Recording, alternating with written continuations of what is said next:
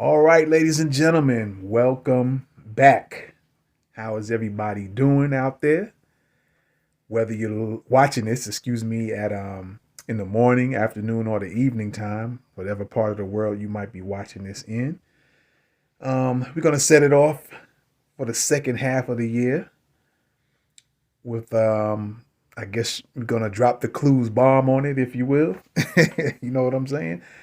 With this brother right here. This is a brother that a lot of people tend to shy away from.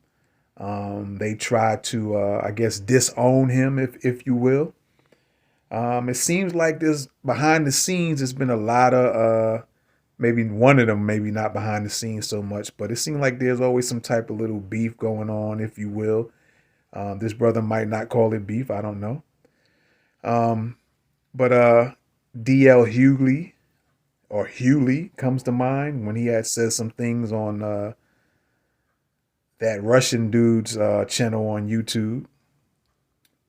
Right? Yeah, D.L. Hughley said some things about him, and I think Griff addressed him on the phone, if I remember hearing Griff correctly. There was another brother from the Roots group by the name of Questlove had some things, I think it was had some things to say about Griff, or they had some back and forth about some things. And then even Boyce Watkins and Griff have some issues going on. I don't know how Griff would refer to it, but I know he referred to Boyce Watkins sometimes as Moist Watkins or Moist Twatkins or Moist Stockings. You know what I'm saying? So, yeah, a lot of brothers kind of shy away from him and then, kind of talk greasy, like in a dry way, and then pretend like they don't know what happened or what was going on when Griff addresses them. Well, without no further ado, we're going to bring back a video that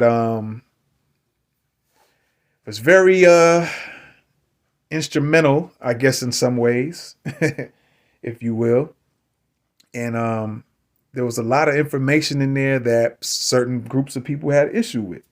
So without no further ado, this is Professor Griff. Welcome to Special Report. Let's go.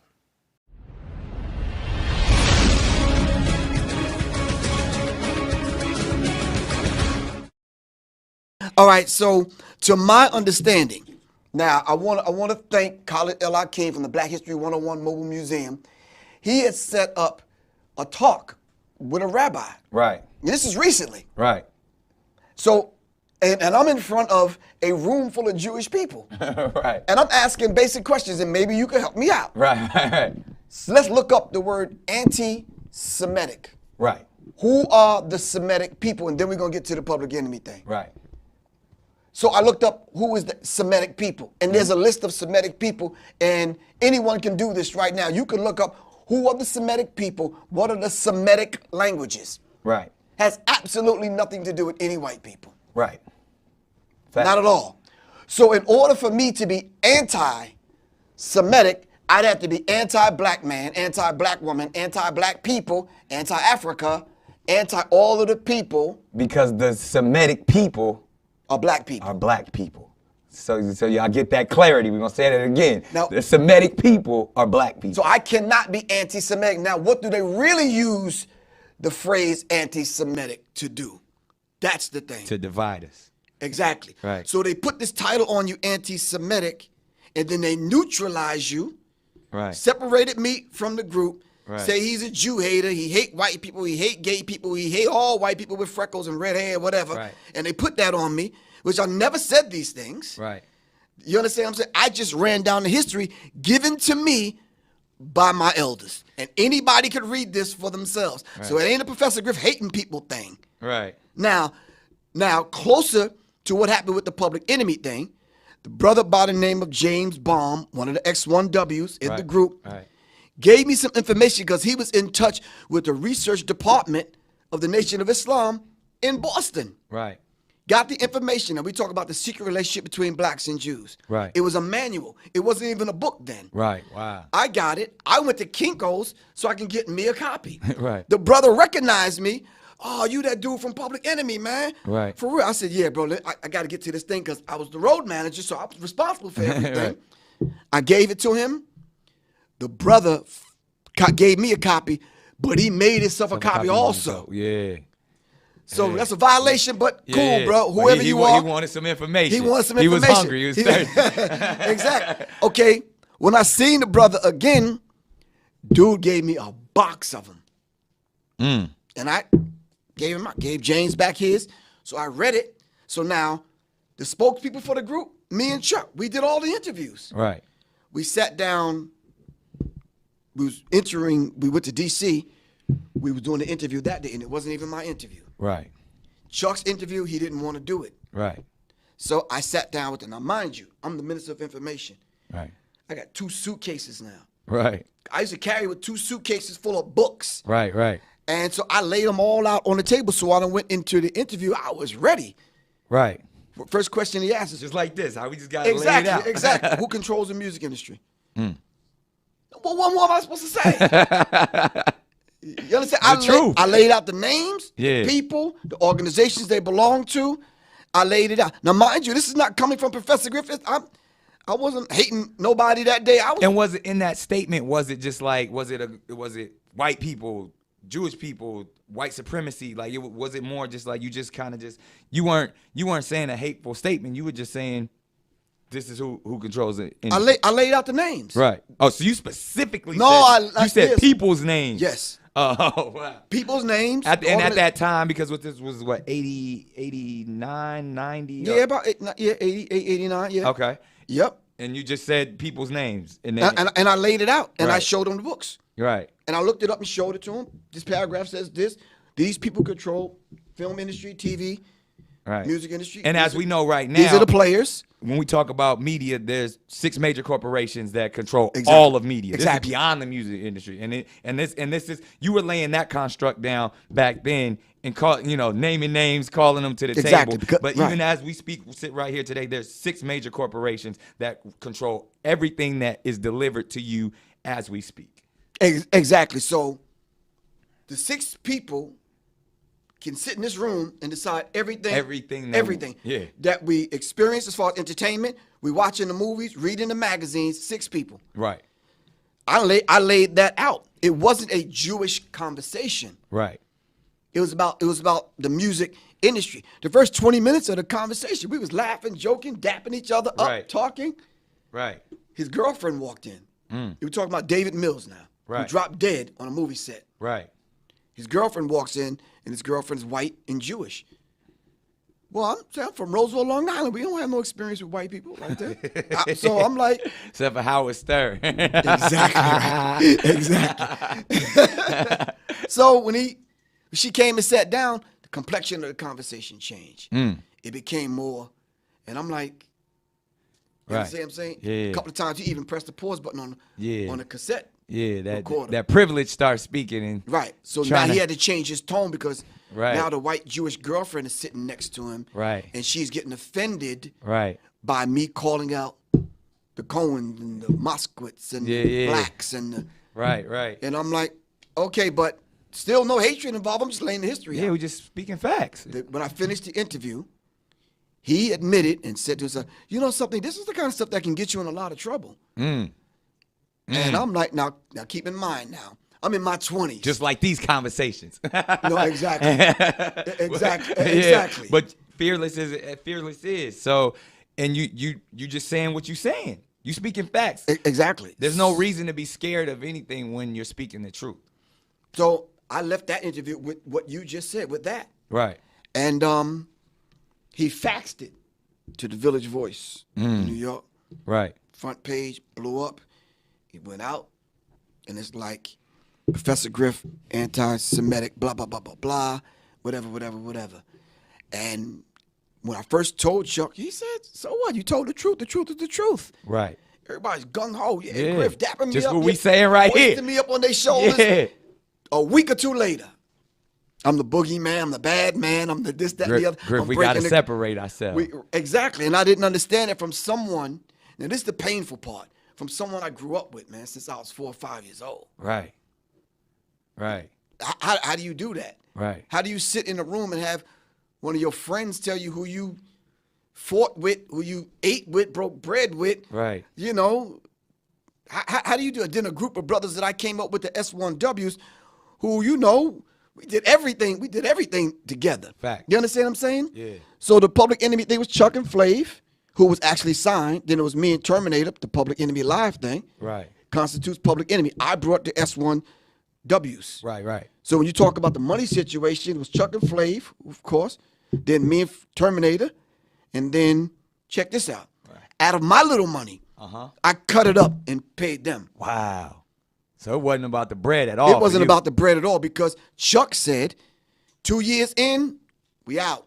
We said, cool, let's shake the industry up and get out. Yeah, y'all wasn't looking for. And that's the thing what people got to understand, too, especially back then. Hip-hop wasn't about money. Exactly. You know what I mean? And the only place where you actually could make money, because the hands that we had speaking it on lock. of, they had it on lock. It was slavery. Let's just keep it what it was.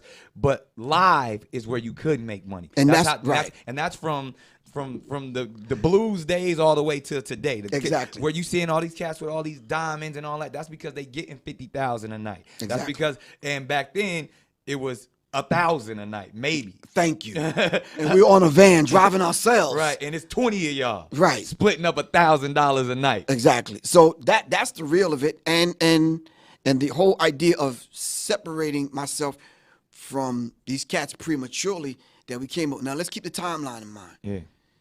Into 86, 87, the album's out. Right. All right, so 89 would have been it. That's Right. it. We done. Done. Because y'all was only set out to do Public Enemy for 2 years. That's it. Right. So I was on time and I was on point. You was right there where it was Called supposed the to players out. I shook the be. It's industry up. divinity. The universe. But now I'm the bad man. Yeah. Now I'm hated now because I told the truth. Right. How do you walk around with that in your chest, Nick? How do you do that? Yeah. How do you walk around with now, but because I'm the bad guy in the group, I messed it up for everyone, so to speak. I'm like, whoa. Right. This is not what we discussed in my mom's basement, in Miss Boxley's basement in the Right. garage. Right. At 510 South Franklin. This is not what we discussed. We was going to get in, shake it up, and we out. And so now I'm here, well, we didn't want to shake it up that bad. I'm like, come on, bruh. Right. Oh, so And it hold was up. just a simple conversation. It was a simple conversation like we're having right now, bro. And then, you know what? And because this is one of the reasons why I feel honored to speak with you, but I feel like it's so prevalent and so on time, is because what we're dealing with the Honorable Minister Farrakhan being silenced on Facebook and other platforms. Right. Neutralized. Neutralized. Right. Which COINTELPRO is still active to Exactly. this day. And COINTELPRO, for the young people that don't know, the counterintelligence program. And when you say counter, it's like because we have so much intelligence and information, they want to counter that by destroying us, by neutralizing us, by silencing us. So what we're speaking of today, because they attempted to silence Minister Farrakhan right now, which is COINTELPRO actions and activations, and they did the exact same thing to you. Why? And this is just a question that I have, and even coming from the aspect of if the true children of Israel, if we're speaking of the Jewish community, if we're speaking of the Abrahamic faiths that Islam comes from, that Judaism comes from, that Christianity comes from, all comes from Abraham. And we are all speaking of brotherhood and unity. Why is this division? Why is it such a problem? Why is there so much fear, specifically in the black community, in the Jewish community? And I'm kind of, this is a leading question, which I want to get to, but why is it such a problem to speak the truth? I think it's a problem it became a problem for us because of the propaganda machine. But it's more of a problem for them. Right. Because they've taken our birthright. Right. They don't want us to be them. Not deeper than that. They don't want us to be us. They don't want you wrapping your head. They don't want. Wow. Nah, they don't want. Now because you recognize. Right. And now they identified you. Oh man, Nick knows. Right. Who he is, and then now the flip side of that, you know who they are. Right.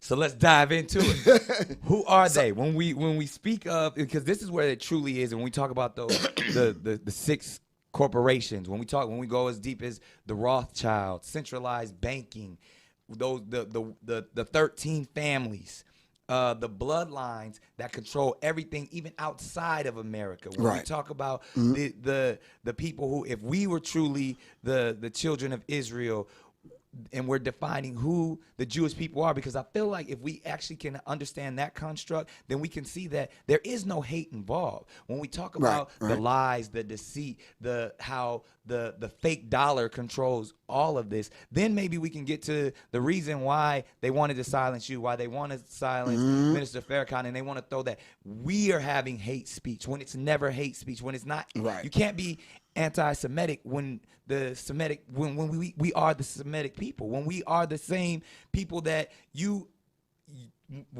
they want to be. That's our birthright. That's our birthright. So if that's truly our birthright, there's no hate involved. It's not. How did this message get so misconstrued? When we came back to claim it. Right. When we woke up and we came back to claim. If you steal my bicycle when we were 6 years old, and you riding around the hood with my bike, and now I'm 12, and I understand. I want my bike back. I want my bike back, man. Now you gonna kick up dust. Right. You understand what I'm saying? And I'm brolic enough to get my bike back. I know some techniques now. I want my bike back. Right. I'm coming to get my bike. You're gonna kick up dust. You might even have enough prowess and cockiness and wherewithal, because you've been riding my bike around. You made connections now. Right. And convince other people that that's your bike. Now you got a couple of bikes. You got a whole gang. You got a bike gang, and I'm over here walking. Walking, right or wrong. So now when I go get my bike back, yeah, you done painted the bike. You done put some new wheels on it. It really don't even look like my bike. It don't look like my bike no more. Right. You understand what I'm saying? Right. So now I'm waking up, and I'm like, bro, I need my bike back. Right. For real. Right. How do you know that's your bike? Simply because there's documents here. There's paperwork here. There's receipts here. You understand what I'm saying? That's showing and proving that that's my bike, and I'm here to claim it, man. Right. You have to give it back. So when you start hearing songs like Michael Jackson, hype me, kite me, and blah blah blah blah blah. Right. Nah, you can't say that. You can't say that. When you hear hate speech. Puffy talking about getting paid or getting like the Hebrew. Right. You understand? They want to mute the Hebrew. They want to mute that. Right. You understand what I'm Even saying? though we are the true Hebrews. Exactly. So we can't even tell the truth now. Right. Not on record, not on television shows, not on YouTube. Right.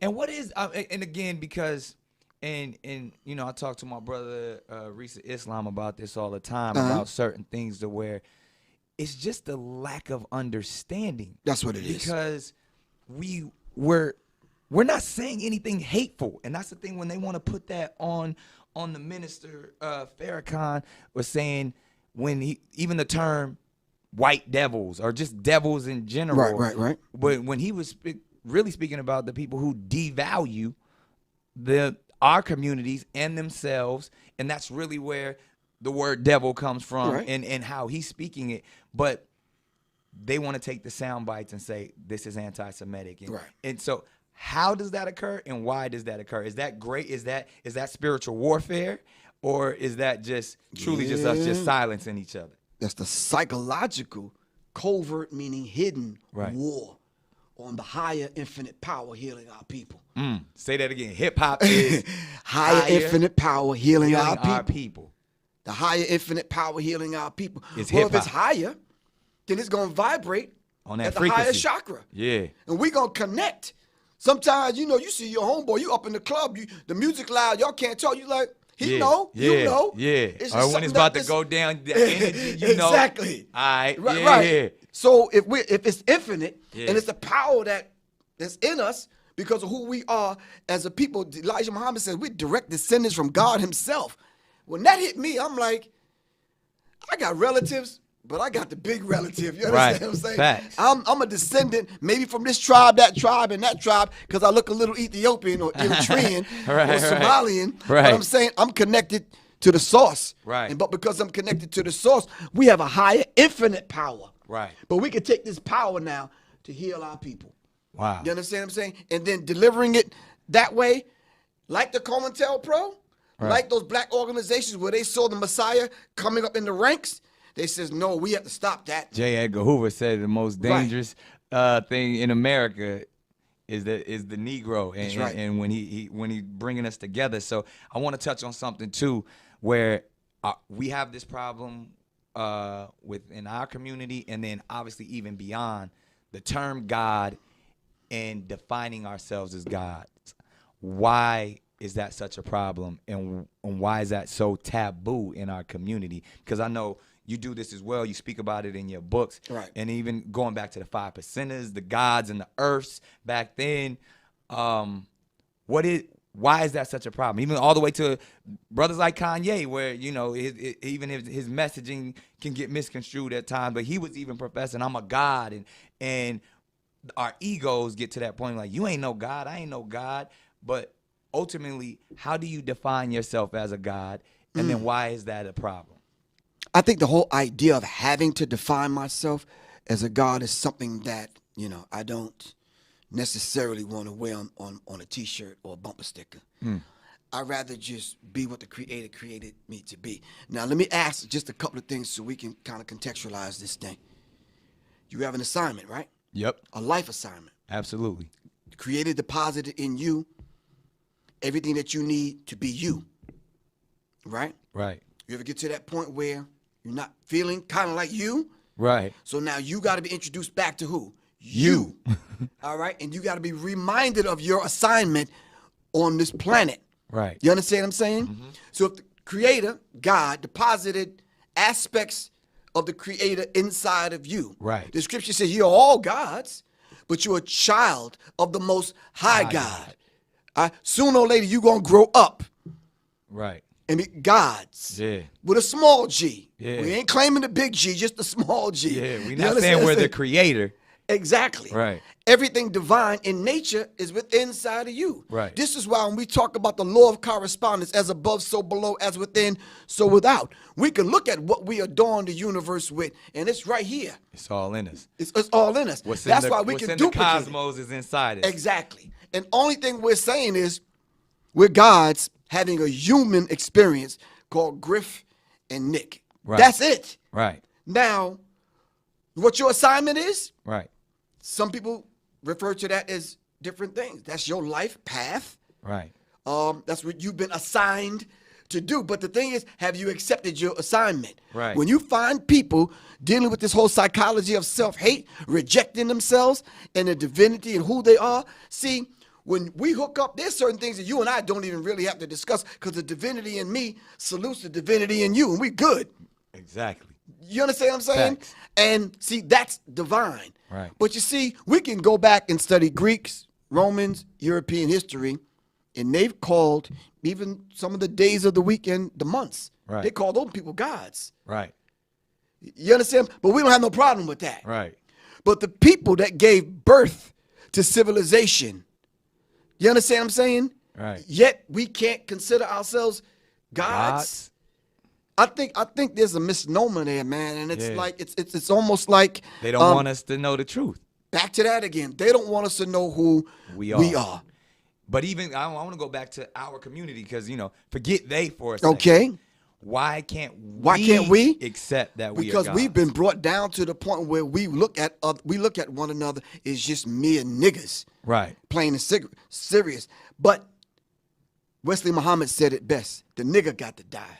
I'm just going to say it straight. The nigga got to die. Wesley Muhammad put it out. Yeah. Because if the nigga die, and then now we can have this rebirth of the God. Now let me play devil's advocate for a second. And please do. But we have to define what devil is. It's the adversary of God. Yeah, right. Yeah, and there's attributes to the devil, but go ahead. Yeah, so let me go to the with the little side. D, with the little D. With the little D. All right, go ahead. So is that almost the same concept as eugenics, or even when we tap into W.E.B. Du Bois's aspect, because he was someone that was saying the black man has to rise above, or I don't know if it's the same term as like we got the nigga got to die, but is it that concept of saying, yo, I want a purer black man, or the black man has to understand that he is a god, and the nigga has to die. Well, Isn't that same concept? Kind of like the same thing, but let's clean it up just a little so the vast majority of our people can understand it. The Christians say what? You have to be born again. Right. So what happened the first time? Because God don't make mistakes. And all of them people running around in the Bible that never existed, never had Bibles. I don't think people Say that again. Say that again. Because really what the Bible truly is just God's experience or man's interpretation of his experience with his God. And stories and allegories. And those allegories and stories and things were stolen from who we are as a people. As a people. Right. That's our history book, so to speak. Right. Someone else kidnapped us, knocked us upside the head, put us to sleep, stole our birthright, and claiming that that's them. Right. So the story of which you know as Moses is really Mesis and an Egyptian tale. The story of Noah is really the poem of the tale of Gilgamesh and all of these things. Right. These all come from the motherland. But going back to what you were saying in that sense of who we are and who we define. So W.E.B. Du Bois came forth and said, the black man and woman in America is dealing with this double and dual consciousness. Yes. In a modern context, that's code switching. But right now, what is this dual consciousness that we're dealing with? Causing cognitive dissonance inside the spirit of the black man and woman. How do we have to wrestle with being Nick during the day and all the jobs and the opportunities that you have and the resources that you connected to, but then you got to go be dad now. Right. You got to go deal with Mariah. You Right. Yeah. Okay, because they don't know nothing about that. Okay, that's my daddy, but cool, but now. Facts. So the dual consciousness. What happens now when you operate in the world that's diametrically opposed to who and what you are as far as your existence is concerned? How do you operate in a world like that and then be you? Right. How do I be Professor Griff and still operate in the music in music industry by telling the truth about the music industry? That's kind of difficult, man. Yeah. I can't go home and take off and put on Professor Griff to go on stage. No, bro, what you see is what you get, man. Right, facts. I'm not Professor Griff on stage and then I go take it off or put on a costume. But there's still a dichotomy or there's still a duality in who you have that to be. That was the dual consciousness the double consciousness that W.E.B. Du Bois was talking about. And that even goes back to maybe what was going on within Public Enemy. Exactly. You was always speaking your truth, but there's still, we got to know how to play. This is a game, and you're in it. So at some point, you got to, there's a line that's going to be drawn on that playground. But you talking about the road manager for the group. I dealt with these people firsthand. The Cohens and the Moskowitz and the professionally. And they respected that. That's why nobody crossed us like that. We got respect from the industry from top to bottom. Right. From the average kid in the projects who we used to give the tickets to. Right. To the executive people, man. I'm talking about booking agencies and promoters and And you wasn't acting like a nigga. I was just being myself and standing up and being a real black man, and they respected that. Right. And with the respect, there was also some fear because they wanted you to still. There was a line that you weren't supposed to cross. Right. Correct. Man, not only that, but they wanted to put the fear thing back on the table to quote unquote let me know there's a line that you didn't cross. I never disrespected any Jewish people. Right. Ever. Right. You understand what I'm saying? Why? There's no need to. There's no need to. I just told the truth and dealt with them on a professional level. So ultimately, are we saying that there's a certain group of people that maybe they're scared of the truth? I think there's Jewish people, but I just think there's a group of Jewish people inside of that. You could call them Zionists, you can call them whatever. So let's dig into that for a second, because that's where and even sometimes I find myself wanting to debate this idea, and it gets real wishy-washy and unclear for me when we give so much power to the theys. Right. When we talk, and then the theys then turn into the Illuminati, the Zionists, the Rothschilds, the Freemasons, Bilderberg, the Freemasons. Right. And as a community, I feel, and I've done this myself, I want to blame others for the position that I'm currently in. Right. And that often becomes when you say the privileged white girlfriend comes into the room and or the apologists or these people come in and say, why aren't you guys guys over slavery already? Or why are you always complaining? And why don't you do for yourself or pull yourself up by your own bootstraps? And my people were also oppressed. We hear all of this stuff all the time, which a lot of times I really can't debate what they're saying, because some of what they're saying, there's some truth in it, because we're often blaming and saying the theys. But I would love to dive in real quick, just for the people that are listening and watching, even specifically the Illuminati. Right. When we say, like, to me, I say fuck the Illuminati. I say it with heart, so much so, like, man, I don't give a fuck about the Illuminati, because one, that's Roman Catholicism, which I don't subscribe to. I don't care about this illuminated group of scientists that they thought they really they had some information and they were illuminated. I feel like, and I've heard you say this, and I think I wrote down your quoted that we are the illuminated ones. Right. So when this whole Illuminati that we hear about, I say fuck them.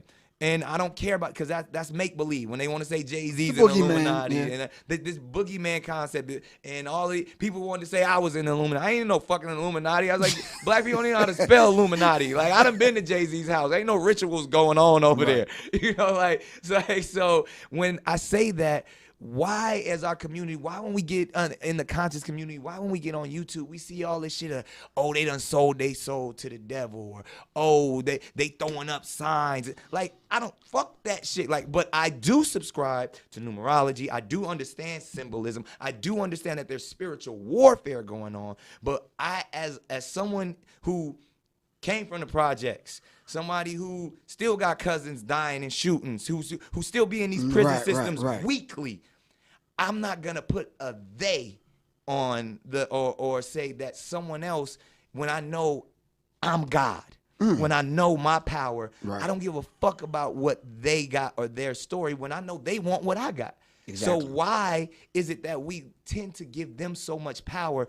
And when did that come? And like, it has to be before slavery. It has to be before colonization, because even I've been to the motherland. They're divided. Now, of course, colonization and the Europeans came in and kind of set some of that up. Right. But in tribalism, there had to be a hierarchy. There had to be a king and a monarch. And if I want to say I come from a king, if I want to say I am a god, I have to really embrace that and can't say someone else overpowers. Right. Well, I think we need to understand the sacred sciences that you alluded to, that we had, that you know that we have. Right. There are some people that came in, sat at the feet of our ancestors and our people, learned and took that sacred knowledge. Thutmose and all. Exactly. Yeah, and then, second time, coming back to the continent, plan to destroy and take everything. Facts. We know the Europeans came in and raped and pillaged. Exactly. We know that. Thus, seeing how we operate and how we move and the deeper sciences that we know. For example, the Dogon. The name of my company is Serious Minds. Right. You understand what I'm saying? Right. But when I talk about this, I'm talking about the Star Series. Right. How did the Dogon know that was out there? Unless we mapped that out. Unless we came from that place and brought that. It's beautifully designed. Okay, exactly. So they came and figured these things out among us, and they crafted this society. And listen, let's just get something really, really straight. We are the first Freemasons. Yes. We are the illuminated ones. Yes. We are the first ones to establish secret societies. Yes. That's us as a people. They took all of that from us and set that up to rule what we call this present system that we live in right now. Right. They consider themselves illuminated ones among them. Of them. Because they put us to sleep. Right. So now how did they do that, though? If we were so powerful, how did and they this is a come question in and do that? I hear a lot, man. They put us to sleep by taking the very thing away from us that we depended on the most. If I said to you, what is the most important thing that keeps your life, that wakes you up in the morning and keeps you moving and motivated during the course of the day? Whatever that thing is, if I took that from you, would you be able to exist? Nah, you took my essence away. I took your essence away, and then what if I fed you the wrong food? Right. You understand what I'm saying? Right, so now you're not getting the nutrients. Right. The essence of you was taken away from you. All right. And then I moved you from one location to the other and mixed you up with some people that you can't even really communicate with. Right. And I did this over a period of time in different places on the continent, because we haven't talked about brothers and sisters in Brazil yet. Right. In the African African diaspora. That's where the most Africans went to. Exactly. To South America. But the job that they did on us here, they actually put us sound asleep. When's the last time you ever got that sound sleep? That deep sleep. You not only need an alarm clock to wake you up, but somebody to come and shake you. Shake you for a minute. And then even when you get up, you're kind of groggy. Yeah, right. So you have to be brought back. And then when you woke, as they say now, the essence that they stole from you has to be put back in you. Once that started happening, that's when we said earlier, they waking up, man. We cannot allow that to happen. And we see that it actually. But guess who? I don't mean to cut you off, but guess who is behind the people that's saying that? They call themselves the Illuminati. We didn't call them that. Really? The holders of the light. Really? The light bearers. Still to this day? Still to this day, they consider themselves the light bearers. But now they hide it in different organizations and fraternities and sororities and groups and secret societies. Because I feel like there's, like, even Trump and this government in America, and we talk about, like, I consider those people the elite. Those are those top 3% or even that top 1%. But I'm not even sure if those are the people, this government, this Americanized government, are those same people that we're speaking of. No, they're not. And They're just not. for the clarity, that's what I want to put out there. No, they flunkies. Yeah, they pawns on the chess game. So yeah, and like, can we give these people another name? Because even when I feel like we talk about the Illuminati and like again, like, let's demystify it then. Yeah, like, let's really break it down, because I feel like that's where we get it becomes the boogeyman when we talk about, and even like when we talk about these meetings, like the Bilderberg group, which was a meeting that goes on in Europe once a year with the most powerful people in the world, the most powerful people in media, presidents, kings, queens. Queen Elizabeth be there. These are the richest people. These are the elite. They actually meet on world affairs, and where the Bilderberg group, they housed it and were like, "Ooh, we want to bring powerful people together to show how we can make the world a better place and have this meeting." That's what they say. That's what they say. But ultimately, they're saying, what messaging, domination and world control, are we putting out there? And then when we go and we speak about the New World Order, I have this question for you.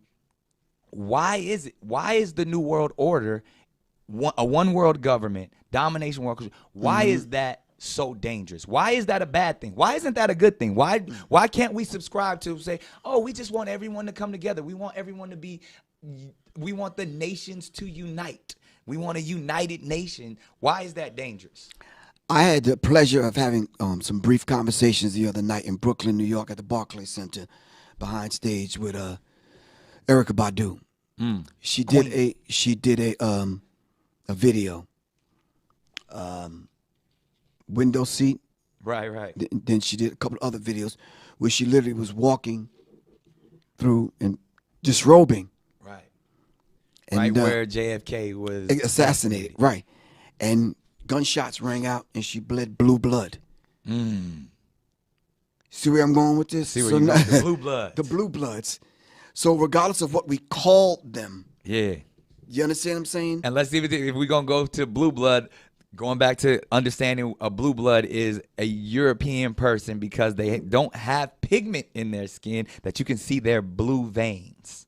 Exactly. And blood is blue until oxygen, the air hit it, and it turns red. Right. Democrat Republican Party. Red you see, and it's blue, not Bloods and Crips. Exactly. They set that kind of thing, Hegelian dialectic principle. Yeah. The opposing forces controlled by the same people. Right.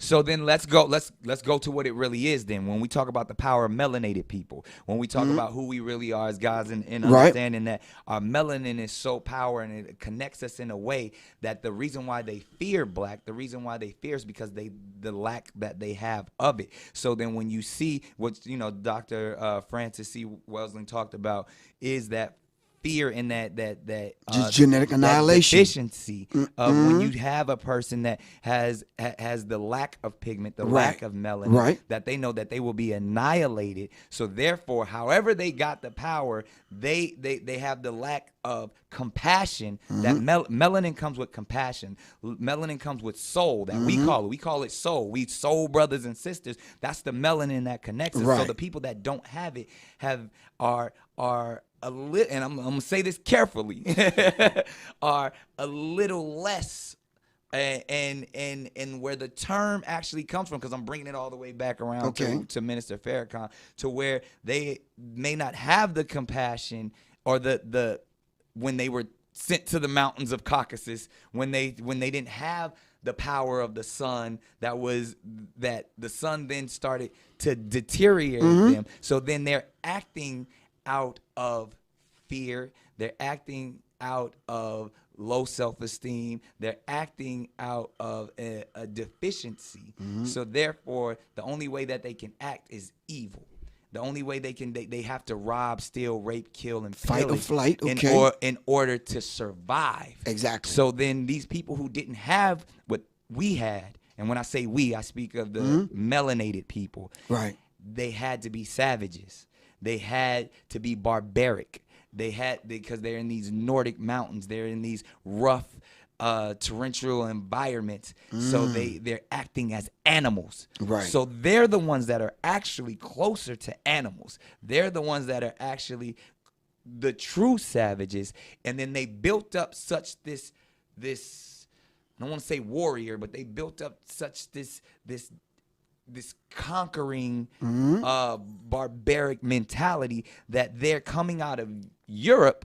They then said, in order for us to survive, we have to take what's not ours.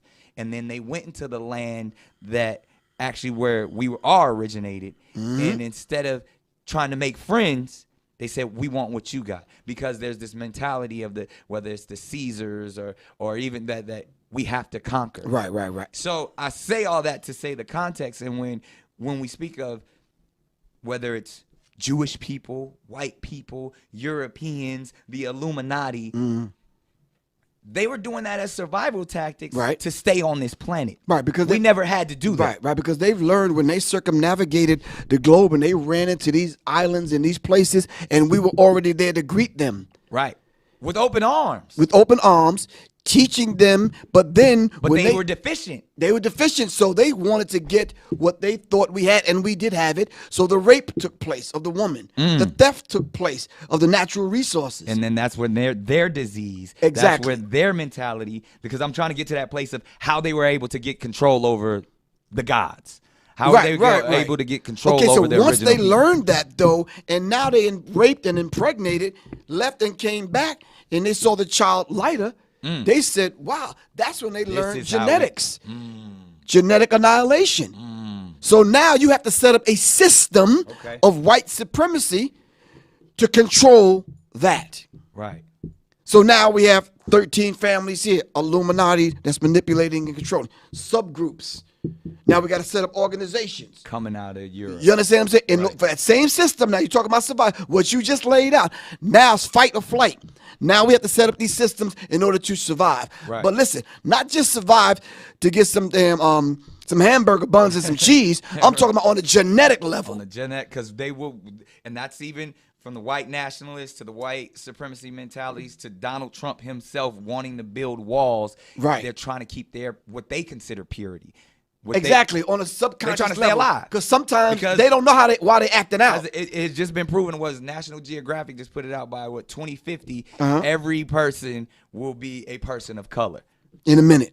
They saying that's as soon as 2050. So let me ask you something. So what is the subconsciousness saying? What's the fear? The subconscious said, I gotta survive. Right. What do I have to do? And that's what it's been from the beginning with the how do you do melanated that people. How do you do that and show love? I got to take natural resources because I may not be here in a minute. Right. I got to bomb these people back to the Stone Age because I'm not going to be here in a minute because I got to be able to dominate. War was created. Exactly, and control and dominate people. I have to survive on this planet. Right. You understand what I'm saying? Right. And as you call it, this is a Griff quote right here. Life is living in fear of extinction. Right. So, and that's what operating on a subconscious level. So they fear. So Dr. Francis Cress Welsing says, when you show up, they view a grown, 6 foot tall, 230-pound black man the same as they do a 4-year-old. Yep. Because in us is the genetic material to annihilate them. Ooh, and it's their fear of God. It's their fear. It's their fear of God. Exactly. And then for everybody, because I'm bringing it back in context again, because just so you know, we keep referencing, the great Dr. Francis Cress Welsing. Get that book, The ISIS Papers. If you haven't, it's essential. And in Griff's book first, get the Warrior's Tapestry. He says that book, as well as so many others, that everything that we're talking about, like it has been kept secrets, but it's not a secret. These books are out there for you to actually read upon, and they're all facts. Nothing. That's where I just wanted to get to. I didn't want to keep creating this boogeyman of they. Or the you have to Illuminati. demystify who these people are. We got to get to when we talk about who the original man is. Is the original melanated man coming from the place that we call Africa, and which I always find this so amazing and compelling that Africa was named Africa by the Europeans, and Europe was named Europe by the Africans. Ain't that something? I had a conversation with one of the Lost Boys from the Sudan. And I asked him, do you consider yourself African? He's like, no. Yeah. They're tribal. Yeah. You take pride in your tribe. And I just came back from Uganda. And it's so, when you look at it, they don't say, hey, I'm African. Exactly. They don't. Right. No, I'm from Uganda. Or I'm from my family. We call it Africa. Like, our African American. Right. Now, hold on 1 second. Now, let's look at America. Right. We say, well, where you from? I'm from Detroit, man. Yeah. We don't say we Americans. Yeah. See, it's the same dynamic. And especially when you I'm from Long Island. I'm from this street. I'm from this exit. I'm from Brooklyn. Man. You say your whole address. I'm from this block. Yeah, and then on the West Coast, Same thing with the brothers in Africa. Southeast San Diego, over there, up through the, from such and such projects. Exactly. You know what I mean? Same thing with the brothers in Africa. They don't identify with the whole idea that the place was called Africa. Yeah, they tell you they tribe. It was more tribal, man. And right now, we need to find our tribe. That's all it is, the lost tribes. Exactly. And it goes back, and it goes all the way back to when you were not being anti-Semitic, because that's impossible. You were just speaking the truth and talking about your community, your tribe, and how others have came and taken from your tribe. So, which I would love to jump and just divert just original hip hop, and I love how you define hip hop, the higher infinite power healing our people. Right. And you where the state of hip hop is today. And you said something so powerful, man. And I want the people to hear this when you said they killed all the bigs and birthed all the littles. Ooh, yeah. And if you think about when you say from Big L, Biggie Smalls, right. You know what I mean? Even the idea of then we birthed. No offense to none of these brothers, but the little Zans, the little Waynes, who is my brother. The little and the young ones. The young, but just that mentality of we used to want to call ourselves big this, and now you want to be Lil Pump, Lil this. Yeah.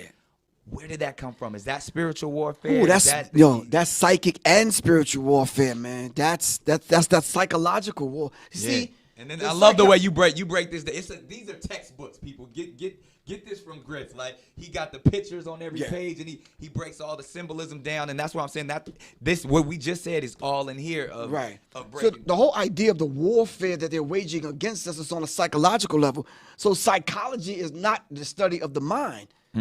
Psyche in ancient Kemet is the soul. The soul. So they waging a hidden covert war on the souls of black folks. Wow. Which goes back is where our melanin is. And the whole idea, the whole idea of killing off the bigs and producing the littles is part of it. Right. What better way to do that? Yeah. Now you got a whole generation of MCs, rappers coming up. Little this one, young that one. Right. As though you will never grow up and grow old and become a man. You're going to be little forever. You're going to be little for the rest of your life. So you come on now on television shows sucking the pacifier in the baby bottle.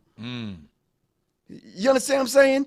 And we have to understand that particular in a skirt or a dress. And they forgot that sister, exactly. Right. They forgot that Sister Soldier said, we are at war. We're at war for the hearts and minds of our people, man. We have to understand that, man. Right. And one thing I want to talk to again, I'm going to play the advocate of the opposing advocate, as we call it, because I dealt with this personally on a personal level, and I would love to have some discourse with you about the emasculation of the black man, right? Specifically in the media.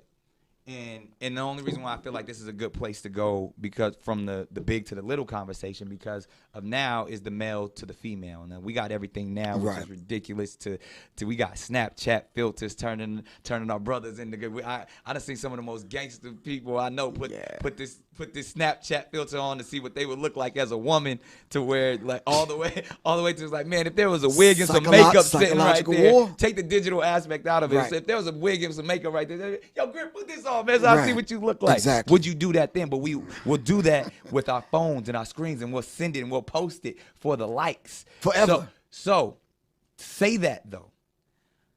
In media, and I salute my brother Dave Chappelle and so many other. We've all heard the famous story where he said Hollywood tried, there was a dress hanging in his and his trailer, tried to put him on, and some of the brothers that I look up to and will forever look up to, from Eddie Murphy to Martin Lawrence to all of these people, have to in entertainment put on the dress, and a lot of people say they're selling their soul. And I'll go all the way back to my own personal story as a kid growing up on Nickelodeon.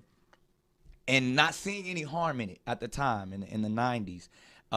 Did a skit where I dressed up as a girl. I mean, we in the Inconvenience Store and we ghetto girls. And like they wouldn't, the skit on Nickelodeon, they wouldn't even allow something like that to air today, because we ghetto with the nails. And, we really, all I'm doing is imitating Martin Lawrence and Jamie Foxx, what they did with Shanae and Wanda, and all they were doing imitating Flip Wilson, what he did with Geraldine, and what our strong brother Richard Pryor was doing in This Way Is Up, and classic movies and things that we seen who we consider the greats do coming before us, but we're not seeing that psychological warfare of they want to, which Dr. Francis talks about, is when we see these images of, because there's a lack of fathers already, there's a lack of male figures, and we understand the black woman is the ultimate creator, but when we are emasculated and we don't know how to be men, and we think it's a joke and we think it's funny, and I see it like now, I don't regret anything in my life, but when I see the 18-year-old version of me prancing around for the joke in a dress, in a wig, I'm like, damn. Like, was that me just being funny, or me thinking, this is funny? Where, I'm as heterosexual as it gets, but the messaging that I was putting out there, and then not that there's any, as to each his own, what you do in your bedroom in the dark at night, that's your business. But to me, as I know, was I used as a pawn, as a young boy to make people, I'm thinking I'm making people laugh, but was there a psychological warfare? All right, well, let me ask you something. Did the laughter die down? Did you grow up? I definitely grew up. Now, what would this Nick Cannon say to that one? Bro, look at me though, bro. I want you to... Yeah, but that's what I'm saying. So because what would this Nick Cannon say to that one now? The information that I just said, I would give that, but I would still say make your own choice. But you know the price that you're going to pay for that though now. You woke up. Right. And now you got to talk and speak to that young brother that put on the dress. Put on the dress. So when I laid it out though, but I wouldn't judge that one. I wouldn't tell. Right. We don't have to judge. I would give him the information. This is life lessons. I would give him the ISIS papers. Right. I didn't read the ISIS papers when I was 18. I didn't understand that there was a greater mission to destroy us. Right. I thought I was just there to make them laugh. But even if for someone who was awakened like a Richard Pryor, still would say, there's nothing off limits when it comes to entertainment. You said, you got to get their attention first. And whether it's putting on a dress, whether it's calling yourself little this, whether it's making a song about shaking that ass, like so when we talk about brothers like Nipsey and his gang bang affiliation and Right, okay. and its terminology that may not be helpful on the surface, but when you see the brother's beautiful spirit, when Right, you know my right. ultimate mission, Right. when you know that ultimately these are brothers that trying to help the community, but we got to get their attention first. Right. I got a brother, a friend of mine, Black Dot. He wrote a book called Hip Hop Decoded. Okay. He said in the book that they take the lowest essence of our culture and give it maximum exposure. You understand? Say what I'm saying? Black Dot said they take the lowest essence of our culture and give it maximum exposure. So that's why we glorify our strip clubs. That's why Exactly. we glorify our gang And it's banging. it's over the top for many reasons. And you mentioned one, for the laugh. Right. Now it's for the bag. Right. Now it could be for some other reasons. Right. I want to buy my mama a house, and we give it all the excuses and the reasons. At the same time, the ultimate agenda is taking place. We're falling right into it. Right. The ultimate but it's plan. always been that, because that's the reason. Like, I wanted you to say that again, because I want to go all the way back to Step and Fetch It. I want to go all the way back to, But if you went back there, some of them brothers didn't have a choice, so to speak. right.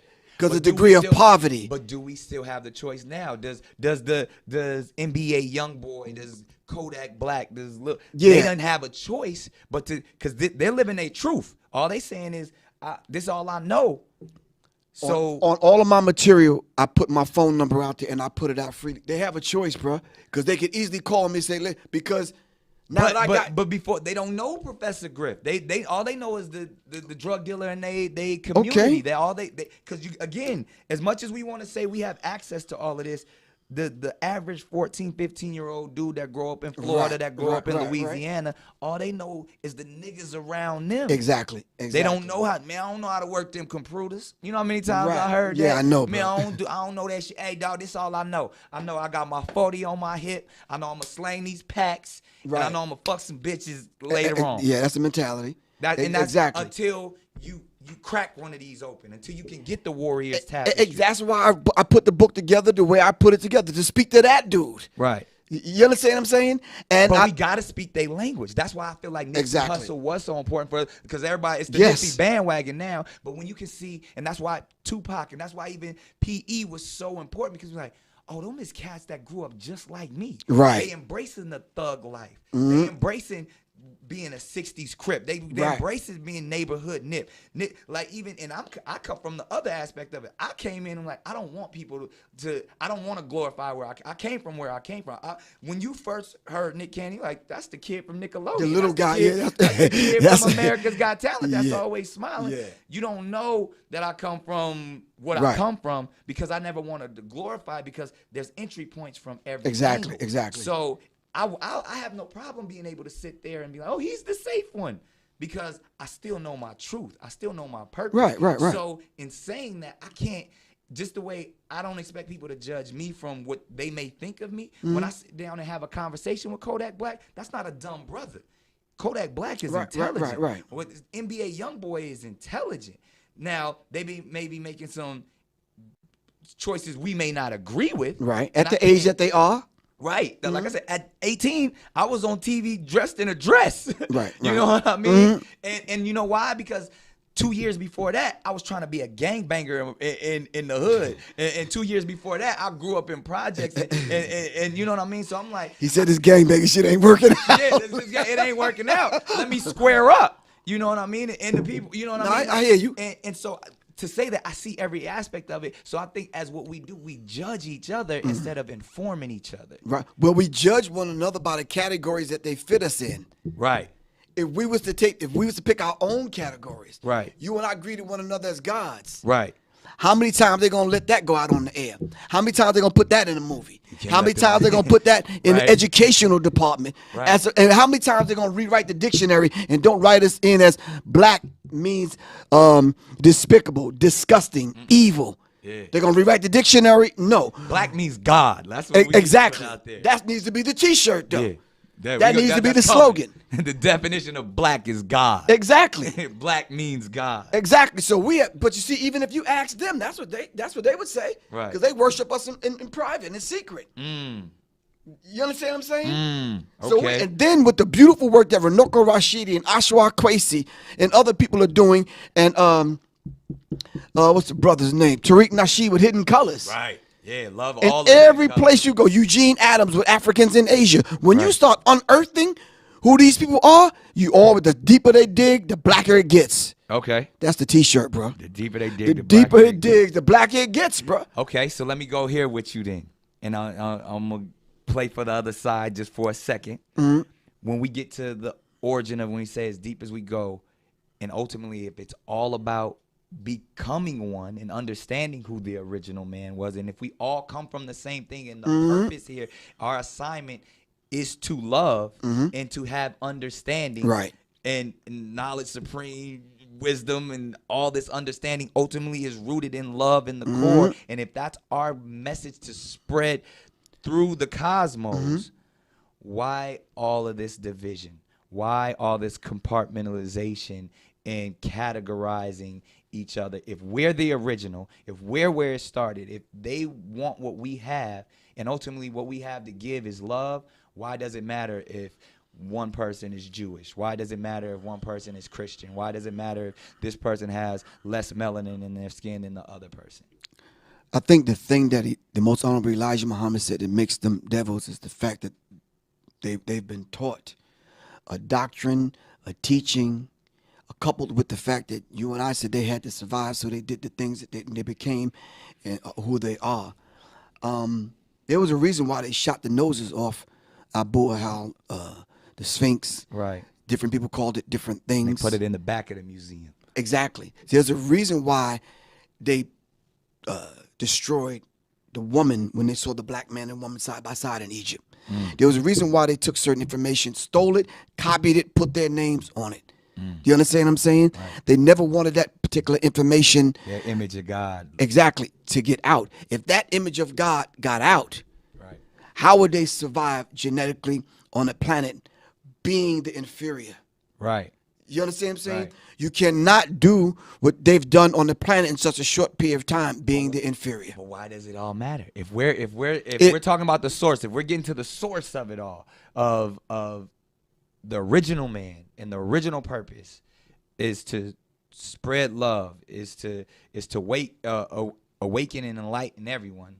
Why does it matter? There was love in my family. My dad was there, my mom was there, my brother was there, my sister was there. Instinctively, we all knew our roles. I wasn't trying to be my dad. Right. My dad's my dad. Right. Do you understand what I'm saying? Right. In the human family, who's not comfortable with being themselves? Right. We could take a look at it through that lens. Okay. Let's I see where unpackage you that going. now. Yeah. You understand what I'm saying? Yeah. If I'm comfortable with being myself, then I don't have to say, you're evil, you're wicked. I don't have to write that in my books. I don't have to destroy your history. I don't have to try to borrow and get something Right. or steal yours because I'm comfortable with mine. Exactly. I don't have to say because I'm lighter and whiter, I'm better. I don't have to do all these things. But because I don't feel comfortable in my position, The idea of supremacy. the idea of having to survive, I got to come up with the plan. Okay. You follow what I'm saying? Right. See, now, So if I'm not comfortable within the grand design, if I don't know my position in the grand design, then Exactly. right. And the grand design included them. It did. It included everyone in love. Right. You just got to play your part, man. Right. You understand what I'm saying? So- I wasn't trying to be my sister. I Right. didn't want to put on the dress and the purse. So ultimately, the pocketbook. I yeah, didn't. right. I wasn't trying to be mom. Right. So the answer to the question is we're not the ones that are creating the borders and the categories we're and the not. classifications. No, we've we're not. we've been taught to think that, but ultimately it's their system. Even though there were different tribes, we didn't carve up the land. Right. We didn't- Can't say you- Tribalism was just more about we are who we No, are. It's that existence. was culture. It's culture.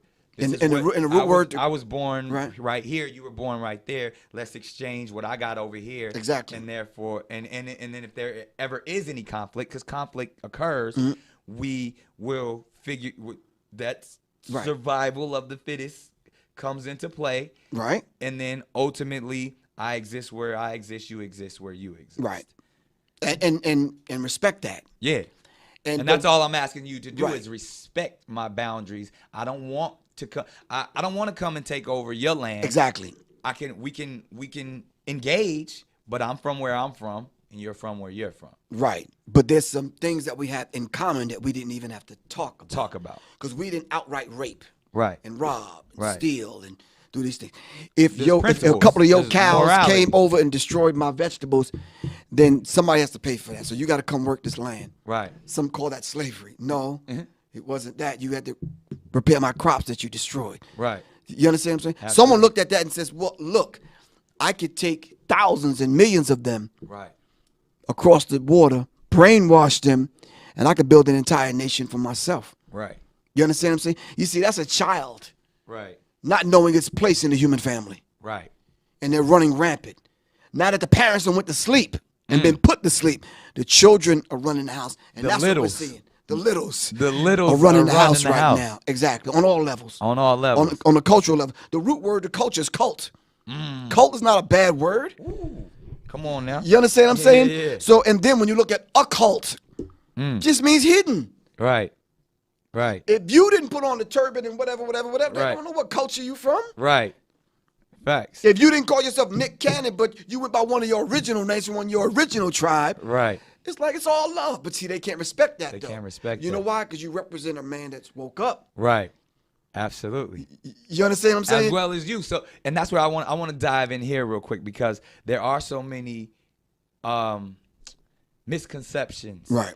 about who Professor Griff is. There's a lot of You gonna have me crack the book open. and I want to dig just for a moment, because you've only been allowed to tell a portion of your story. Right. And then obviously we know within the media, they spin it the way that they want to spin it. Right. And they look at you as dangerous. They look at you on the same levels of someone that may need to be silenced in those COINTELPRO type of scenarios.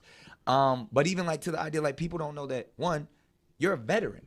Right. You I were was in the military, right. You were the police. I was military police, right. So and I worked in prison. right. Right. So coming from, Long Island, coming from someone who, like, even I would even ask this question: are you proud to be an American? Are you proud to be to be from the land that you are from? And who is Professor Griff in America today? No, I'm not proud to be an American. I don't want no part of this. No pride. I don't have that pride. I'm not prideful about being from this particular country. Right. I'm glad that I came back to connect with my brothers and sisters here in America that was here long before Chris and the boys got here. And that's long before America Vespucci. that. Long before all of them people got here. 'Cause We were already here. Right. Exactly. You understand what I'm saying? So I'm glad to come back and There's see a my. difference between pride and glad. That's how I always like that. Exactly. You can be glad to be, but you don't have to have pride in it. Because Exactly. pride, there's a lot of ego within Right. it. We're forced to defend this land, a land that we can't even grow crops in to feed ourselves. All right. Thanks to Monsanto and the rest of them, but that's another story. That's another Canon's class. Exactly. But I'm saying to you, no, I have tribal pride. My father's Blackfoot Native American. Okay. All right. I got greater than the tribe, though. The greater tribe, black people. I have pride. And I'm proud to say I'm connected to all of the carbon, copper, melanated people across the globe. Come on now. And we have something in common. Yeah.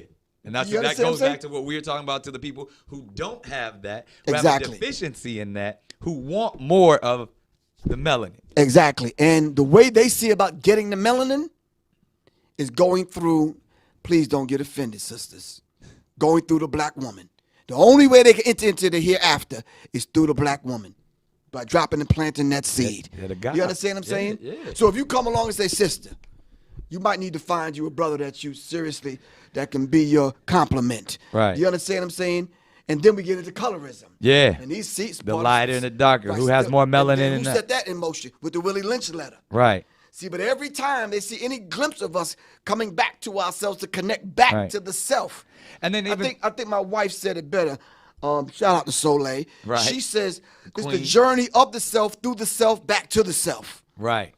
So if you can understand that dynamic, it's like, wow, okay, I've been knocked upside the head, put to sleep. I was the God then. Right. I've been put to sleep. Now I'm waking up. I don't even realize I'm a God, but I'm settling on being a nigga. Right. No, see, that's the journey of the self. Now I got to get back to the self. So Right. guess what happens with these books? Right. I got to introduce Tay Tay and Twan and Peanut and Day Day them back to themselves. Guess who gives me the most opposition? The same people I'm trying to wake up. Exactly. Who's the dude pulling a gun on me, wanting to rob me? Who's the dude that shot the window out of the car I was in? I'm going on my way to Vegas from L.A. Right. Who are the people that burned my house down right here on the west end of Atlanta? Who are the people that poisoned me with the drink? Who's Us. the people that made me impotent? Me. For the same people I'm trying to save. Right. Here I am, can't walk, can't pissing blood, and all this other kind of stuff for 6 months. Right. Because of what? Because I'm speaking the truth? I'm Right. like, wow. So to a degree, I understand people saying the government came after Nipsey. I understand because I lived it Right. Right. for telling the truth, but Right. getting thrown under the bus by the rest of the brothers. But ultimately, it was the concept. exactly of the it- idea that wait a minute. Let me brainwash and desensitize this brother so much that I can turn him against his own that's trying to enlighten. Exactly. But I'm gonna say this and take it how the people want to take it. There's some people walking around here right now that never thought I'd see this day, and this Right. is dangerous for them. Too dangerous. You know why? Because, wow, Nick doing the damn thing. Yo, Nick this, Nick that. He got the platform, whatever. But Griff, Right. like, why are you letting that? Stop that, man. Stop that. You can't find one thing on any program, on or offline, where I disrespect not only Jewish people, but gay people. I don't have that conversation like that. Because you don't have that in your spirit. It's not in my spirit because it's all love. Right. So how is that message so misconstrued? Because we know why they do it. We know why we know that we seen COINTELPRO. We seen that they believe that we are dangerous when we unite. But Nick, let me ask you. So let's just be frank and upfront and real with one another. Let's just we act got like to. That's what it's for. let's act like these cameras are not even on. Yeah. You mean to tell me you think they would allow a man like Professor Griff to strive, survive, and be successful in front of young black men not on drugs, not gay? I don't eat swine. I don't eat meat. I'm a vegan. I got a beautiful wife. I'm taking care of my family. Blah blah blah. You think they want that image to get out? Okay, so let me ask you this thing. Why am I allowed to do it? Because I want to be like Griff. But no, I look at you and say, see, but we he air came life, before though. me. Right. So, but I'm allowed. I made a lot of money in this. I have a large platform as you speak. And I want to give brothers like yourself the opportunity to do it. And that's when they always say, oh, we got to protect Nick Cannon. Oh, it's any minute they coming to get him. Or even if people want to say, oh, well, the government gave him lupus. I done seen all of the comments and the craziness and all of that. But I'm allowing myself, or I've been allowed to shine. I've been allowed to spread the light and say I wear my turban on NBC. Right, that's I bold. say NBC stands for nigga be careful, and I walk away from tens of millions of dollars and then go create something even bigger and still get to and allowed to stand my ground and have character and have purpose. All I can say is you're a dangerous man. That's what Dick Gregory said. You're a dangerous man. They coming to get you. But it's only because I stand on the shoulders of brothers like you. Oh, I give learn thanks. from you. But how many people actually say that, though, Nick? Come on, bro. But it's the truth. No, let me tell you something. The people watching this will know this is rare. People don't invite me to shit. When have you seen me on a documentary film? Never. Right. So when they say, Mr. G says, yo, Nick want to meet you and blah, blah, blah, blah, blah, and the Dr. Sabi thing and the Nipsey, I'm like, you sure? Yeah. Mr. G will tell you. I'm like, yo, you sure? You understand what I'm saying? He's like, yeah, man, dude, it's real. I'm like, all right. But I was like too much is given, much is required. I was given these opportunities to be, one, because of brothers like you. Okay. But then two, because I got to pass it on to the next. It's I'd called- be doing right. a disservice if I came and got the bag, got all the money, and got all the information and kept it to myself. I talked about it in the book. It's karmic debt. Right. We owe Karmic one another. debt. The karmic debt, and what you're doing is an example of what I'm about, paying it forward. Right. You're not gonna run into Harriet Tubman at Whole Foods, bro. Facts. So you cannot hit her off with paying her grocery bill, but you can pass it forward to a sister, Right. that's the next Harriet Tubman. Absolutely. Karmic debt. It's our duty. Let's pay it forward. It's our man. privilege. Exactly. And that's the only way Exactly. we will survive. And that's what I mean. And I feel like I've had the opportunity to sit with brothers like Dick Gregory. You know what I mean? And I sat with him several And times. he said he passed. Before he transitioned, he's like, he said it. I'm passing it to you. Yeah. He's like, now you got to go do what Right. I couldn't do. And he said the same thing. He's like, man, you dangerous. I don't know. I don't understand. He's like, they wouldn't let me do what you doing. Oh, no, they wouldn't let me do it either, bro. And they kicked me out of a damn hip-hop group, so imagine. Right. On a television show. But it's the same information. The information you've given me, the information Dick Gregory gave me, Harry Belafonte, Quincy Jones, all of these people that I got a chance to sit at their foot and soak up game. And now I can dissect it and regurgitate it out to the littles in these short form ways, whether it's Cannon's Class, whether it's Wildin' Out, whether it's, whatever I'm doing, whether it's Nickelodeon, to the little ones, to my kids. Right. I'm still giving them that game. You a Right. god. You powerful. You a superhero. Right. You know what I mean? Everybody likes this Marvel concept now of the idea, but that they don't understand that originated with us. They getting a little bit of it. They giving them the Wakandas. They giving it a little, but ultimately, if all I'm talking about is the essence of who we actually are and expressing that light, as dangerous as it may be, Right. it's the truth. Right. And even this morning, man, I'm getting dressed. I'm like, I got to bring this brother a gift, man. He got some, I'm thinking of a necklace. I'm like, Man, and I your just said, wisdom is the gift. But then I put my comic book in the car, and it's based on a Public Enemy song called "Who Stole the Soul." Ooh, And I'm like, that's it. appreciate that. Who stole the soul? Why are we so out of sync? You understand Yeah. what I'm saying? Why is it that we're following the Gregorian calendar, throwing our whole time signature off? That ain't even It's ours. just, it's not. It's, And it it's goes back off. to the Dr. Sebi of it all. Like, it ain't Exactly. even, as you call it, I love it. It's like, it's not about a diet. It's about a living. It's a live it, yeah, man. And Dr. Sebi always said that when they brought us over here to America, they didn't bring our food with us. Right. We tried to hide seeds, man. Yeah. 'Cause that's what it's about now. If you 'Cause got the it's seeds, different. you What- get- yeah. Exactly. The thing that's gonna keep us Agriculture. alive will kill them. Right. You understand what I'm saying? Facts. The foods that vibrate on the high level, the minerals and that kind of thing. And Goes back to what I'm saying. We soak up the sun. We get power from exactly. the sun. We process it. They You die understand? on the sun. Exactly. The sun kills them. Exactly. It empowers us. Right. With a high form of alchemy, we turn that into, we can get melanated and mellow at night. But when we serious, we get in that sun, we get turned up and lit. You understand what I'm saying? Talk Because about we got the melanin to do that, man. Right. Yeah, and a pineal gland that allows us to astroplane and do all the things and that go we do. even- yeah. Exactly. But they don't get that. Exactly. So brothers was saying, yeah, I'm having trouble with this. Blah, blah, blah. I said, bro, sit still for a minute. Take your jewelry off because you're interrupting the frequency. Yep. Pick your hair out. Let it Right. stop And dying meditate. and frying it. And You're just right. sit quiet for a second. It'll come to you. It'll come to you.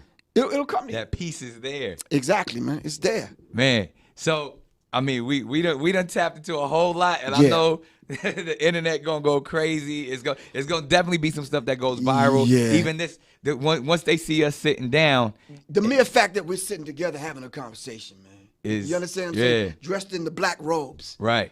Who are the other people with the black robes that's faking it, though? They wrote the thing and they said it, not me. Right. They have a secret covenant, not me. Right. They plan to poison the water, poison the toothpaste, set up chemical plants and all this kind of stuff, bringing us down to our knees, putting all drugs in there. it. It's all there. I laid it out. It's all there. So even if the creator called me home tomorrow, I Right. said, listen, I did my part, and I'll be happy. Right. I'm going smiling. You understand what I'm saying? Right. And like Marcus Garvey said, I'm coming back. Right. Not only in the whirlwind, I'm coming back in the water. I'm coming back in your consciousness.